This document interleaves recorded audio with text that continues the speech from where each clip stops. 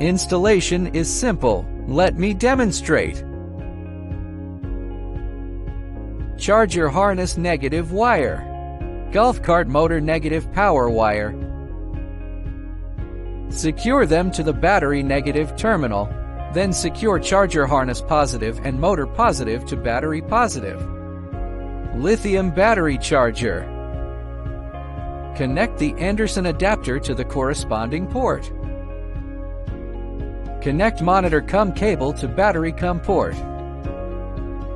Tap the screen switch to wake the display.